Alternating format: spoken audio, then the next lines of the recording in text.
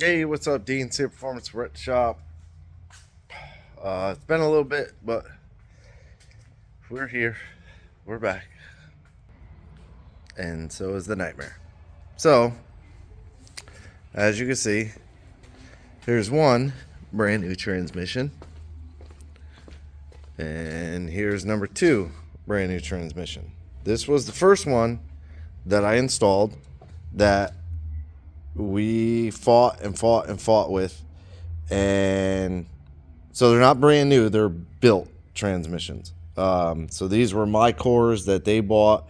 I sent them out to my transmission guy, Brian, and he went through them, did his quote unquote 700 horsepower rebuild, whatever you want to call it. This one came back and didn't feel right, didn't seem right, started leaking fluid from the connector, the pan, the pump bolts, and the front seal after a little while, which now I know kind of why. But this ended up having second gear start issues, and it was struggling to shift into third and fourth, and between me and the new tuner, because yes, I had to hire a new tuner, and he's really, really good. The other guy, Ben Charles, I don't care about saying names, but he ended up just not responding back to us anymore. And understandably, in some ways, the truck had a ton of issues. I fought with the issues. This guy came in, knocked it out. Was super helpful, and we both figured out this is not doing a 1-2 shift. It is literally starting in second gear, then it's not changing to 3 right, 3-4 right. Lockup was wrong, so I ended up pulling that one out, sticking this one in. And it's always funny to me. The transmission guy blames the tune, blames the wiring, blames the transmission control module. Me understanding enough can see the transmission control module functioning in my HP tuner scanner. Tuner, same thing, sees it functioning, commanding what it's supposed to command. If it was bad, it wouldn't do that. Wiring, yep, it could be wiring. Ended up not being wiring because Brian had me build a harness to go on here and basically trigger first gear on that transmission, and it had first gear, or it didn't. I can't remember. So I stuck this one in, and amazingly didn't change the tune, didn't change wiring, didn't change anything. Transmission worked perfect, and I thought, oh, it's over. Like, I can knock this out now. Mind you, I was going away for my anniversary in a couple of days. So I really wanted Wood to have his truck back. He's been super patient, super kind, like easy to work with. So I wanted him to have the truck back. And maybe that's my fault for somewhat rushing, but I stuck this in. It worked perfect. It didn't show any signs of leaks. We finished up the tune on the truck hours before I was driving to Miami to catch a flight. So he takes the truck, drives it, puts maybe roughly 300 miles on it. The day before I get back, he texts me that the transmission has no gears. So I get back, and he has a friend of his go through, look at the cable. The cable's on, fluid's full, and the guy, I guess he's like an auto mechanic. He basically said it feels like it's a pump or a converter issue. And it's acting like it has no pressure. So, of course, the transmission guy blames the torque converter. Oh, it's not my converter from my guy, so, blah, blah, blah. He blamed me. He blamed the converter, blamed the transmissions for being bad cores. Here's my thing. If you send me your truck, I can't blame the truck for all the issues. It's not the truck's fault. It's the guy who before me worked on the truck.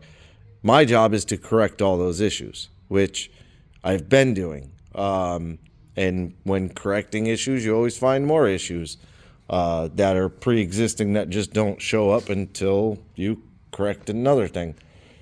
So I am at the point where this is, over $5,000, it's almost $6,000 in transmission sitting here, or I don't know, however much.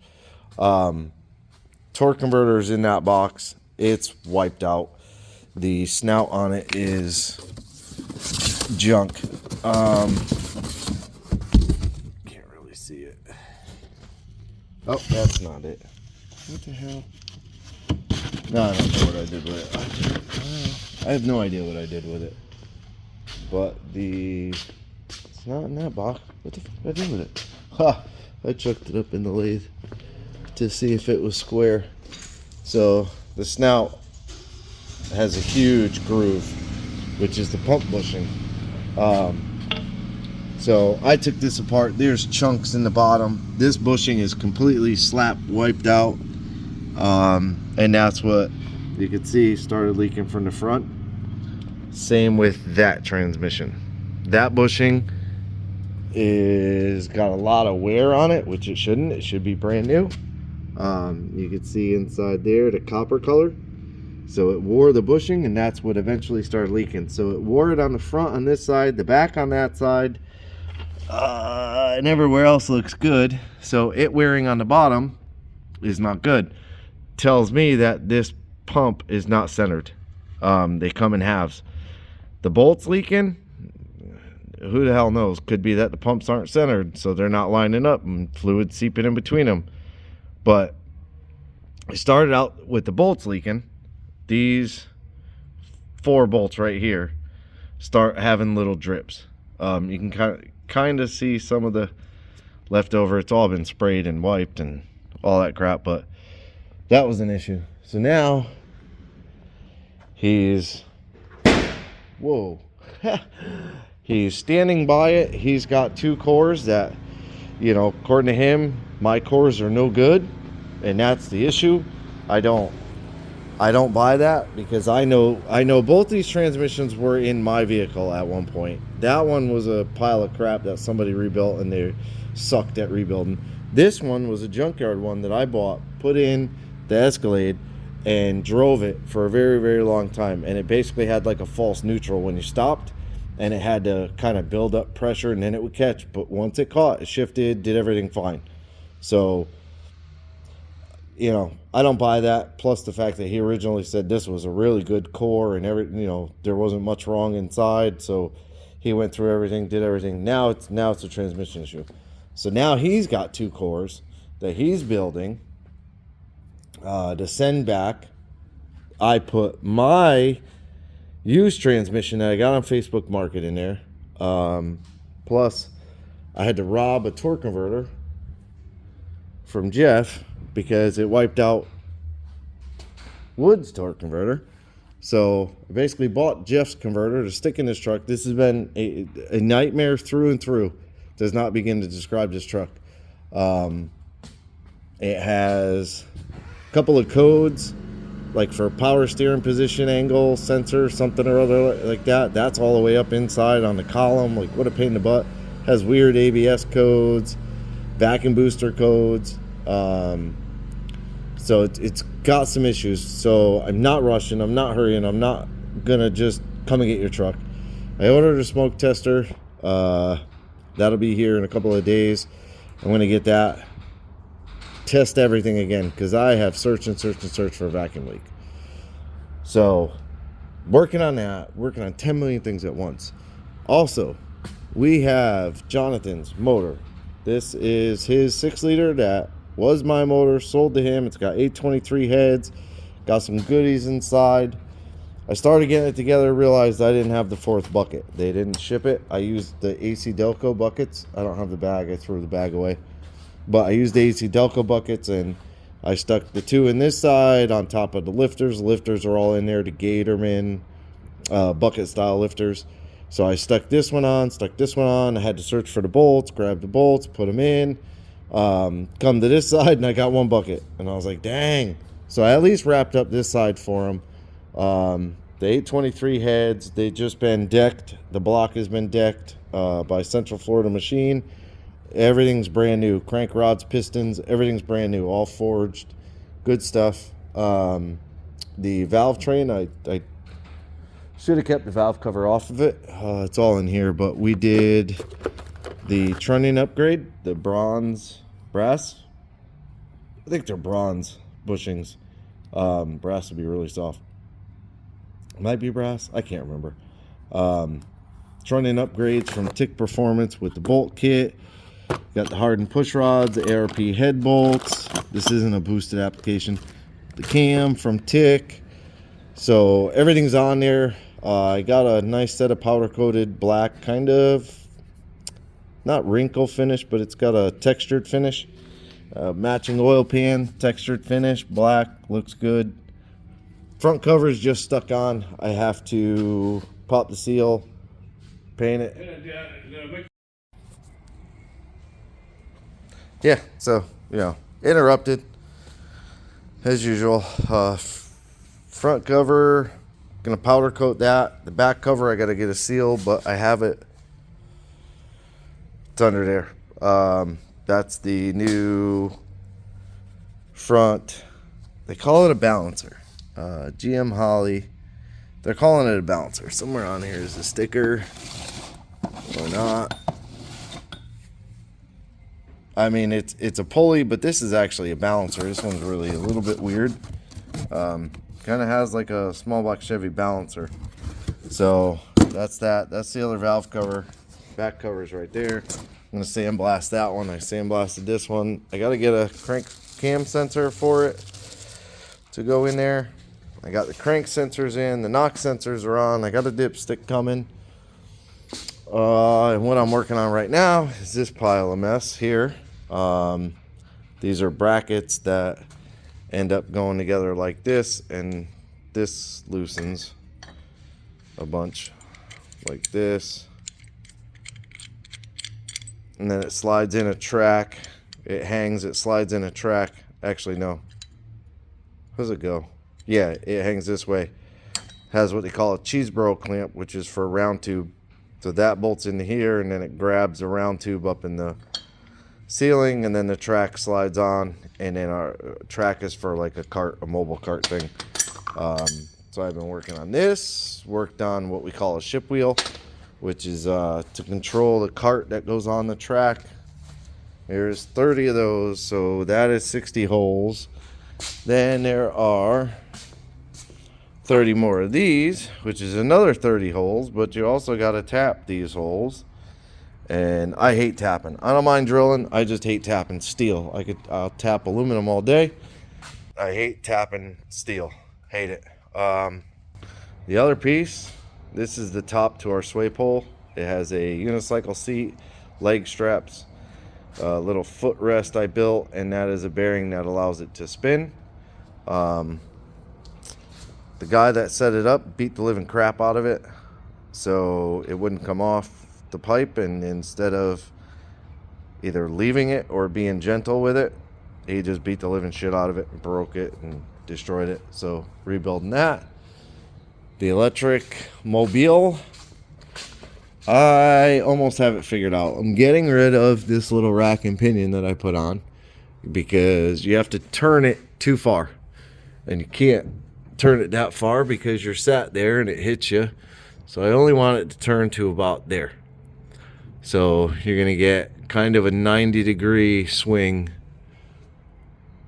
or 180 degree swing, so 90 degree each way. So I have to make this tube come down to some sort of pivot. Then off the pivot, we'll go to the wheels. I got to get new wheels because these have giant flat spots in them. There, you can see a wiggle wobble. Right there's the big flat spot. You can see it go by. So it does a hot. And the bearings are acting a little weird on it. So I'll get some new wheels, get some better ones, get pneumatic ones, kind of like these. These ones are actually really, really good. So I got the chains all hooked up. and it actually works. This one broke, and I don't know why, and it's got to be like a misalignment or something with it. Possibly the sprocket is off center, so when it gets to the bottom it stretches and snaps the chain. That could be, but it actually works on one motor. Those tiny little batteries will actually drive this with one motor, and that's okay for now. Oh, that motor's diving downhill, so I'll have to fix that. See, everything's about test and fix, test and fix. So yeah, I'll have to fix that. She's a little crooked, so that's gonna bind up. I'll have to slot it and move the holes down and figure out a way to slot that. Maybe I can clamp it to the mill and just slot the bracket. That'll probably work.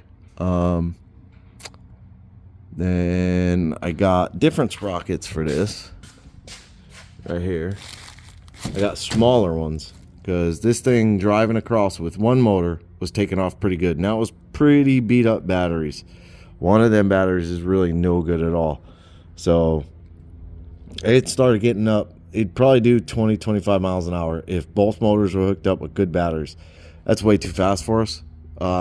Plus it kind of starts slow and picks up speed. So I got way smaller. Those are 54. These I believe are 37 tooth. So it's a much smaller sprocket, which would be more torque, slower top end speed, I guess you could say. It'll just get up to speed, but it should be able to carry a little more weight. It didn't really struggle with me in it. So, and this thing is freaking heavy. This fiberglass body is heavy. So we got some bigger batteries coming, some regular car batteries coming that I'm gonna look at building like a bracket hooker mooker over here to hold them, and I'm gonna run bigger cables, like regular battery cables, to them. I have a whole bunch over there with a bunch of lugs, so I'm gonna do all side post batteries, connect them all together. Gives us 48 volts.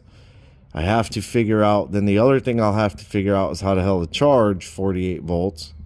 And what I was thinking about doing was kind of either splitting. I could split each bank, do a 12 volt, or I could split two banks and do 24 volt, or possibly look at getting a 48 volt charger, and I believe that it's along the lines of like a golf cart charger to do that. But yeah, I mean, and then there's other stuff here too. That's sick. This is gonna be sick. So this goes with that shelf. That is a whole new build aside from this, and we got a couple other builds we're working on, pricing stuff up and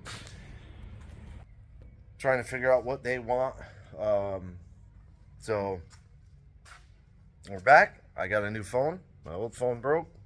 I actually ran it over, which was really annoying. So my wife bought me a new phone. She loves me because my old phone was a piece of crap. So hopefully videos come out good. You like, subscribe, hit the bell, leave me a comment. Stay tuned.